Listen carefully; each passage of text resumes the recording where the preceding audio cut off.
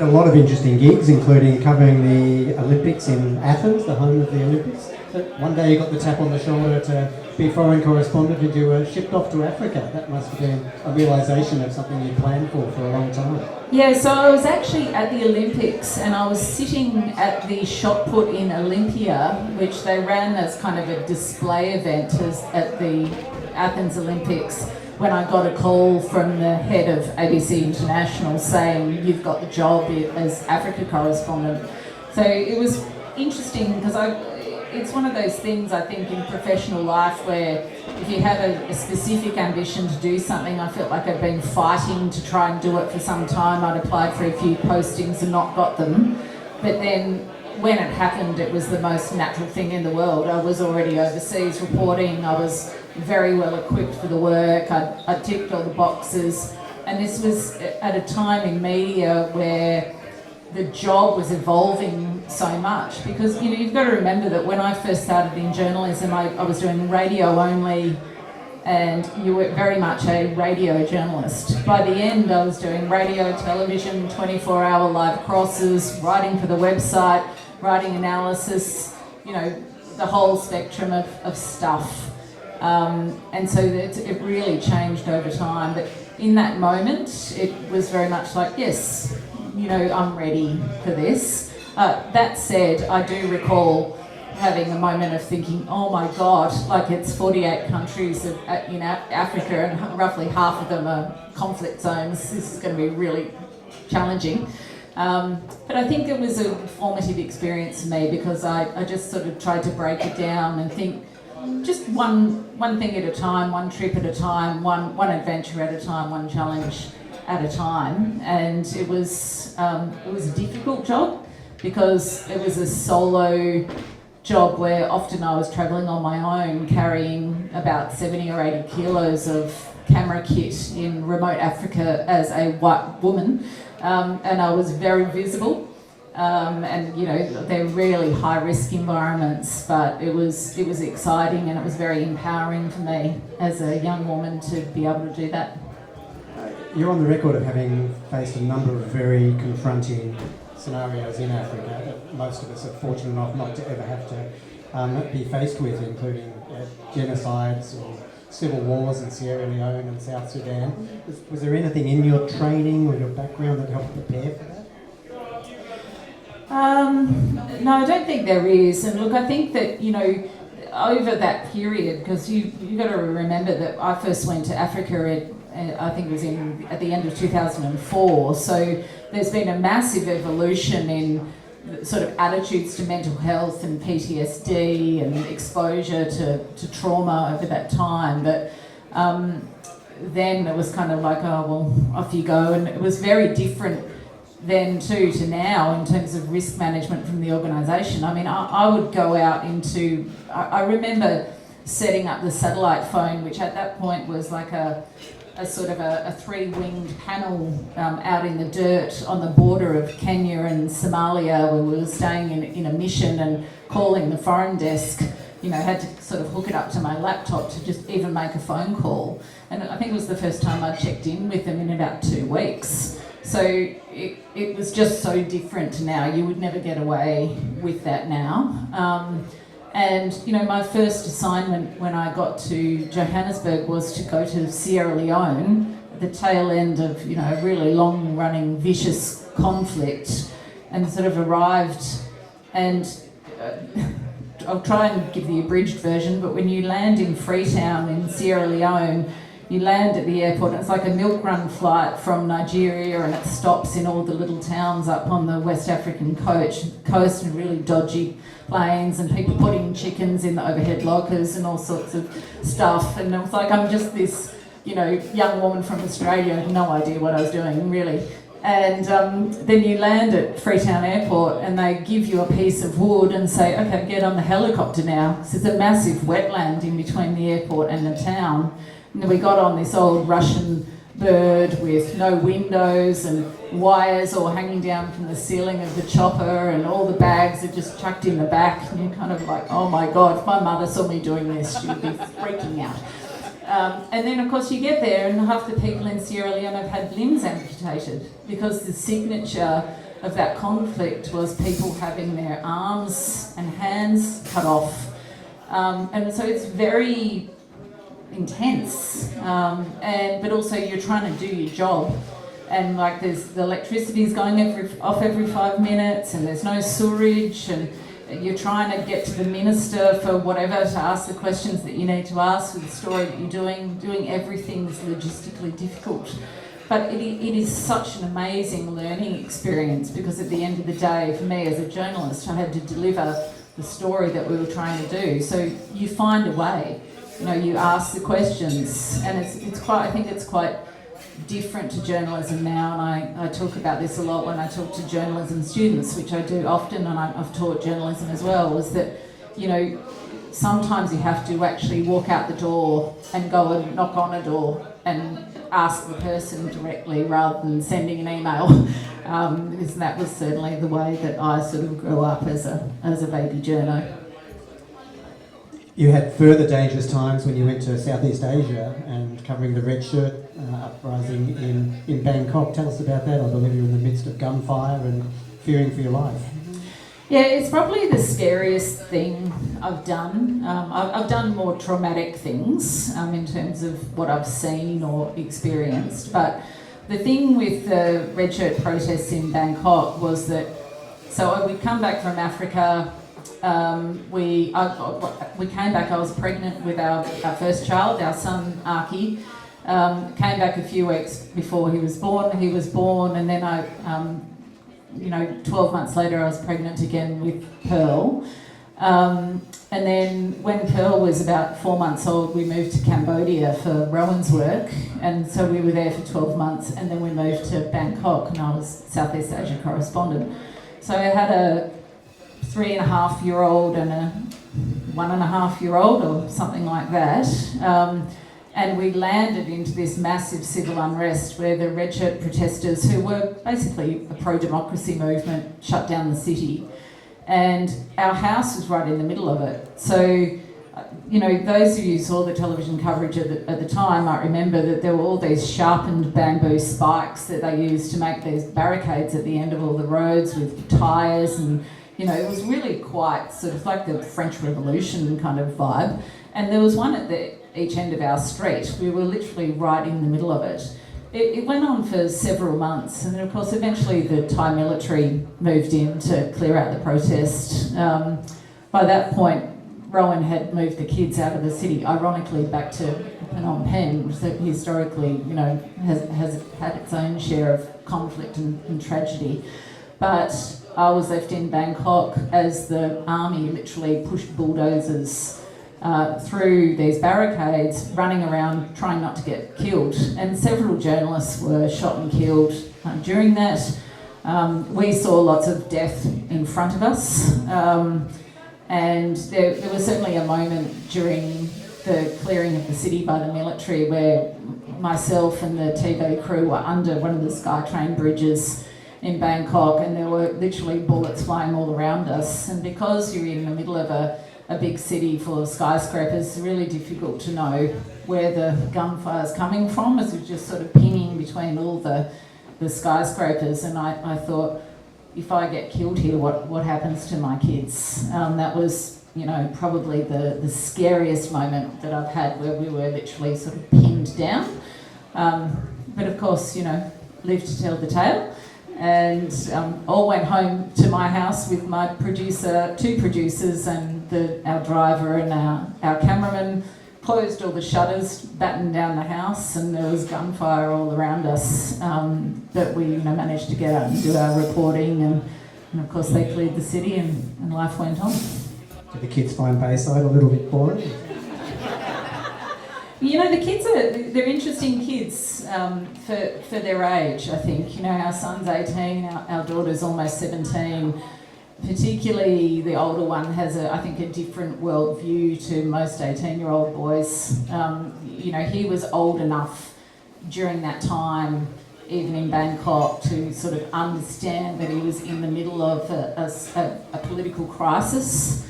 There's so many things that come back to me from that time, because it was very confronting for the kids. So there was a point where we took Archie down to meet the red shirts, at the barricades, you know, most of them were very nice people. They just wanted political change. And it's like, you don't have to be frightened of them. And he said to me one morning, Mama, can't go down to the red shirts today. And I said, oh, why is that? It must have been about 4. And he said, oh, because they're grumpy, they're sad, they're upset. And I said, oh, yeah, okay. And he said, maybe they'll be happier when their mummy comes back from work.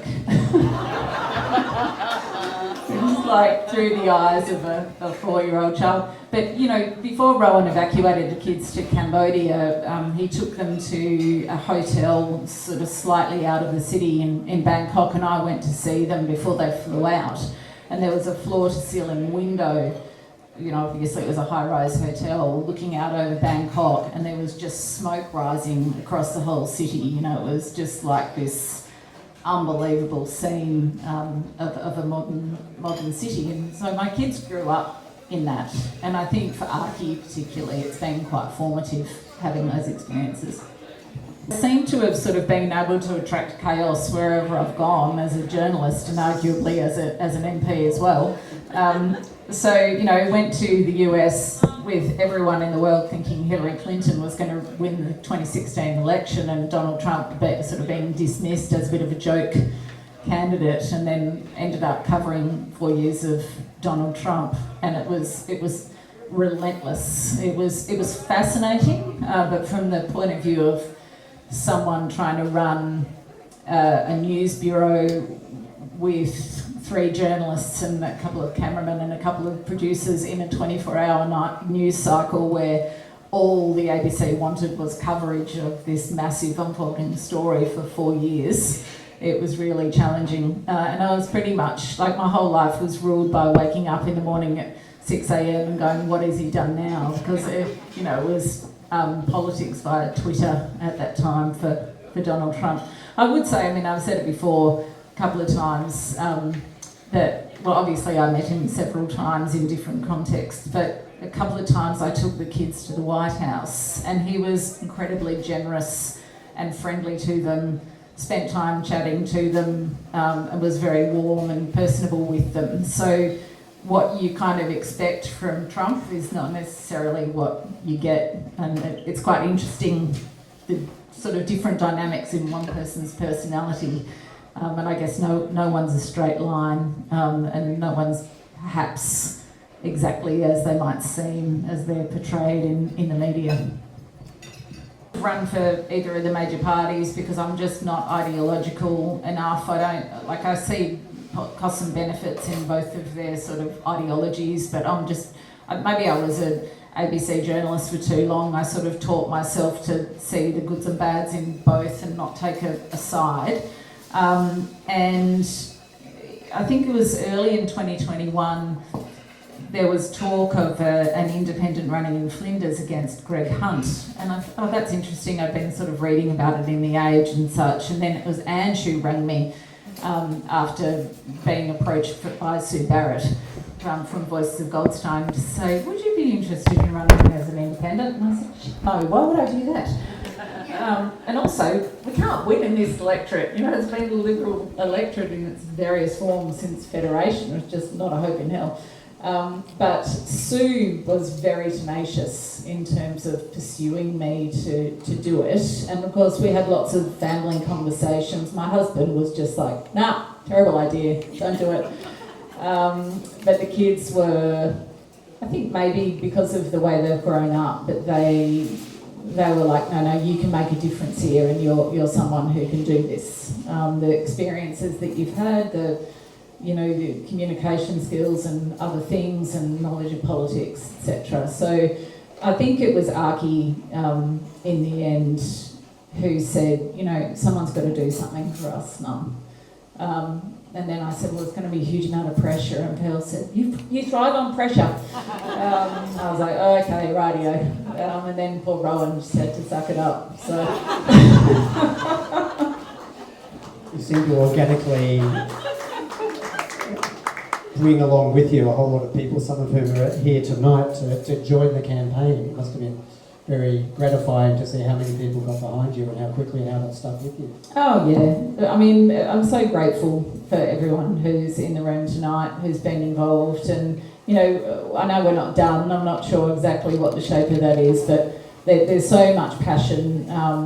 There's so much belief in doing politics differently, and you know, well, said so many times, hard things are hard. Like you're not going to expect it to. Do we really expect it? We just do it once, and then the Libs would just go, oh well, easy peasy, all done. We won't worry about that seat ever again. You know, it's and in many ways the major party coming back hard at us is sort of a measure of success, that they had to try really hard to get the seat back. So, you know, we built a movement. I think we're still building it, and these things are a process.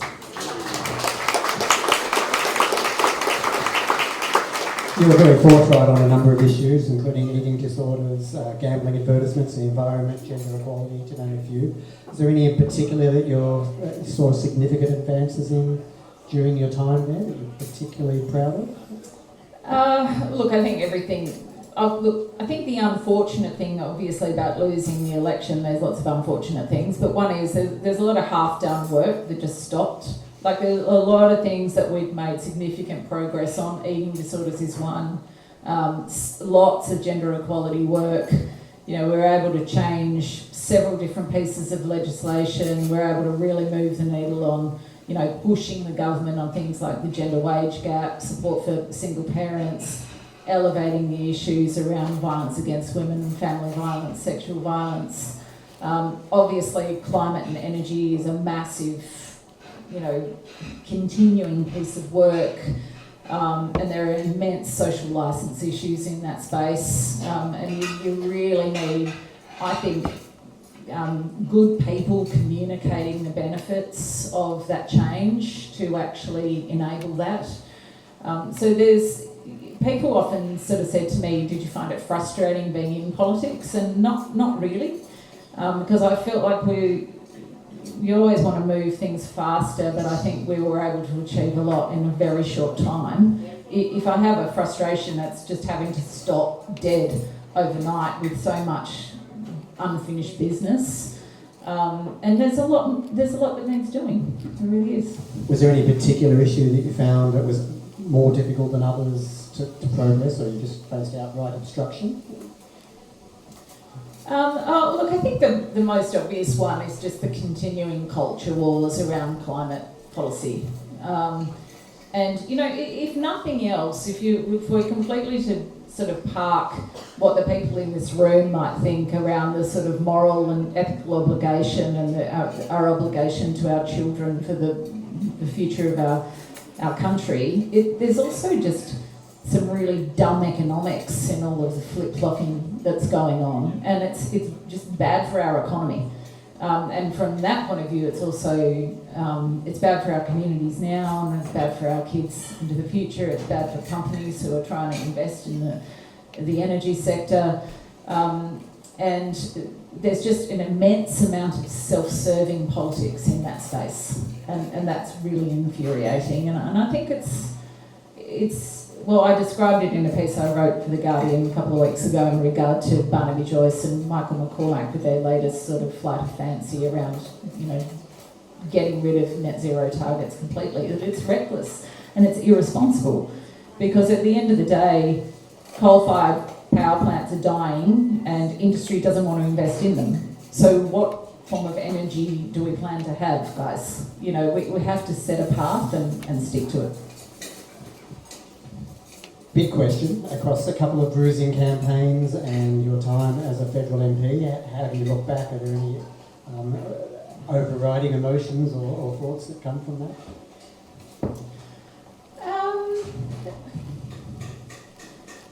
Look, I think I'm really glad I did it. You know, people might think I'm insane for saying that, particularly after the last campaign that many people in this room endured with me. But you know, you can't change it if you don't get into the room. and you can't change anything if you don't try. And you know, we really changed something. We've changed a whole sort of national culture around politics, and we've changed this electorate, which is now sitting on an 88 vote margin, having been a safe seat for 122 years. That's a big change. And so, you know, whatever happens next for me and my crew, and, you know, as I already said, my instinct is we'll go forward, but I'm just giving myself time to actually sort of process that. But we did that. We did that. No one can ever take that away from us, and the accountability comes with that. Everybody in the black top, Chris. Thank you, Zoe. One of the phrases you use over again is doing politics differently, and it's one that resonates with me and a lot of people I know, because most people in the room will be familiar with particularly the last 25 years, where one side puts something forward, it being the government, and the other side just opposes. And it strikes me that in a very short time you managed to find relationships with government particularly, which allowed you to get changes for how independents were allowed to ask questions. You got the, as you said, the funding for eating disorders, and that resonates with me particularly. You worked with Helen Haynes on the integrity. So how did the independents like yourself and Helen Haynes manage to find those relationships so quickly and get things done which a member of the opposition could never do? Oh, I think it's just being normal. I mean, I really do. I think it's just being normal. You know, like if you go into a workplace and you're the new person there, like you go and introduce yourself to people, and then you kind of go and have a chat with them, and you talk about, you know, areas where you might have overlap or you think you can work together on things. Then you find, you know, you try to find a pathway to solutions to whatever you're working on. Like that's the kind of basic thesis. I do think that the government was quite suspicious of the Teals after the 2022 election, like when we initially sort of went into meetings and there was like, who are you people and what are you doing here? You know, what do you want? So it took a bit of time to sort of develop that good faith relationship with them. But I know, you know, in the back end that members of government departments who would be in briefings, you know, with the members of the crossbench, with ministers, you know, said to other people, which when it was eventually fed back to me, that it's amazing being in these meetings with these independents. They actually talk about policy and they actually bring solutions to the table. And we were all very hard workers who actually were in the weeds of the various policy areas that we were working on. So if you're going into a meeting with the department or with the minister, it was very much like, well, I can see that this is difficult and that there's a problem here, and this is how I think we can fix that, because I've been consulting with all of these experts and people with lived experience of this issue, and here's what I'm bringing to the table in order to help you solve this problem. Rather than, as an opposition, and it doesn't matter which side of it you're on, we'll let you get elected and we'll say no to everything you suggest and we'll wait for you to stuff it up, and then you'll get kicked out and then we'll get elected and then you'll let us do the same thing, and then it'll just go like that without any real collaboration. You know, there were very few things that I saw the government and the opposition collaborate on. Aged care, after months and months of stuffing around, they kind of finally got there.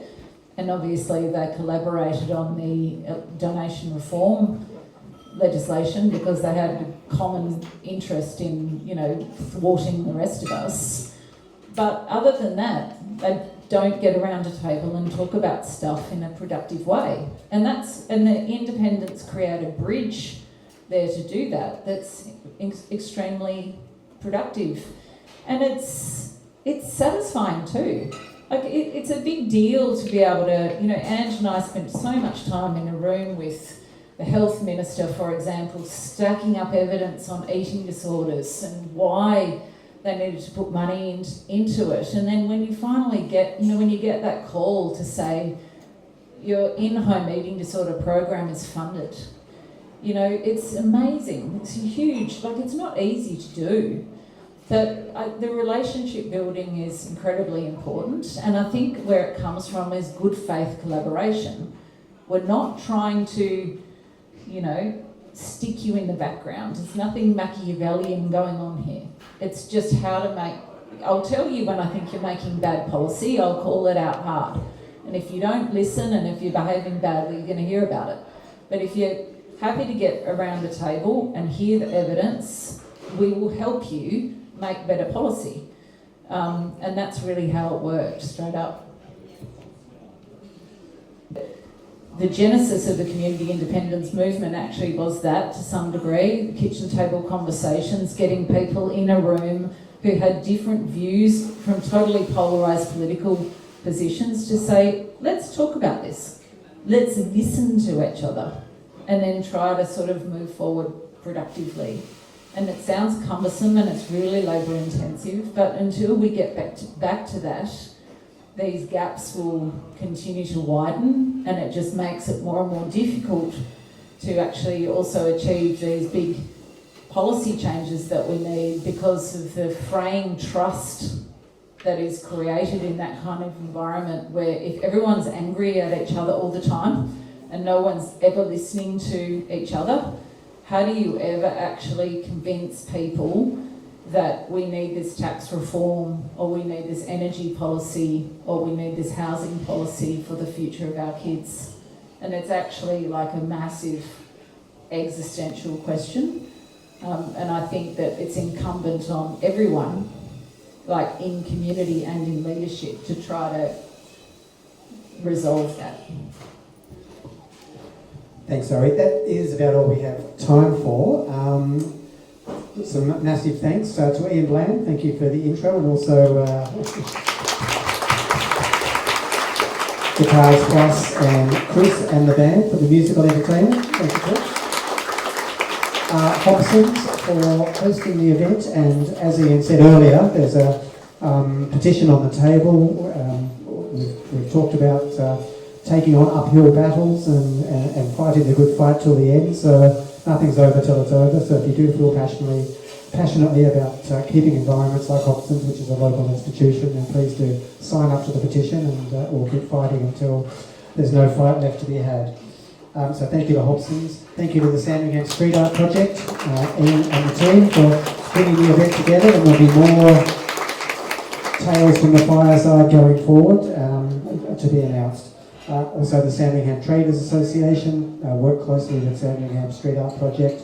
And thank you to all of you for coming along and giving up your Thursday evening, and particular thanks to Zoe Daniel. Thank you very much.